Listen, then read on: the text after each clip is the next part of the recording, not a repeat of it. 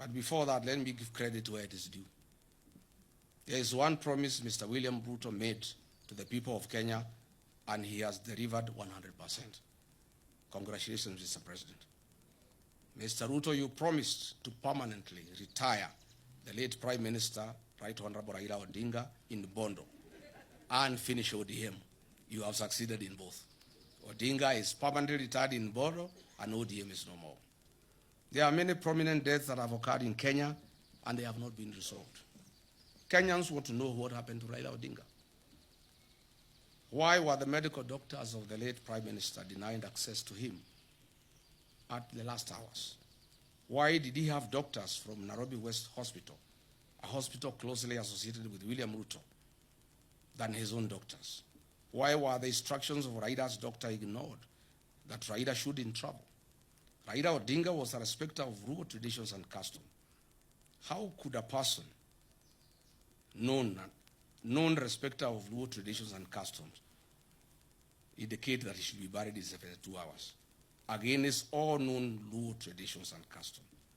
Was William Ruto anywhere an executor of Raila Odinga's will? Why was there no postmortem done on the body of Raila Odinga? Why was he forced to go to India through a private jet? Why did the president force Raila Odinga to go to India?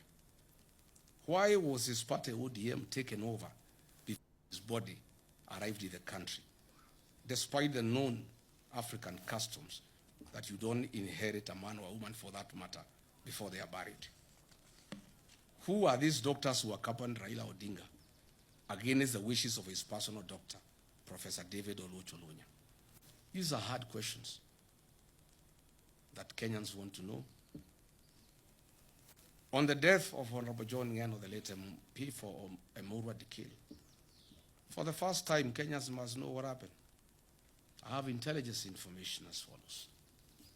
On the fateful day after Ngeno was dropped at Edebes, the helicopter went to fuel in Eldoret. The pilot didn't know the fuel he was about to put in had been transported to the scene from Lodwar. High alert Kenya revenue officials noticed an unusual car that had carried the jet fuel. It was arrested and the driver questioned. The driver refuted to them that he transported the fuel from Lodwar. Immediately, this KRA official and the police Eldoret Airstream were instructed from Nairobi to release the driver if they cared about their lives. Is it this fuel that caused the chopper not to pick up in high altitudes? Is that why the pilot first came down and tried again to pick up? These are fundamental questions. What did Kipchumba Murkomen know about the people who called this KRA officer and the police at Eldoret Airstream officials? Can KEA produce the CCTV footage at the facility on this fateful date? We are still waiting for a report on what killed Johanna Ngeno.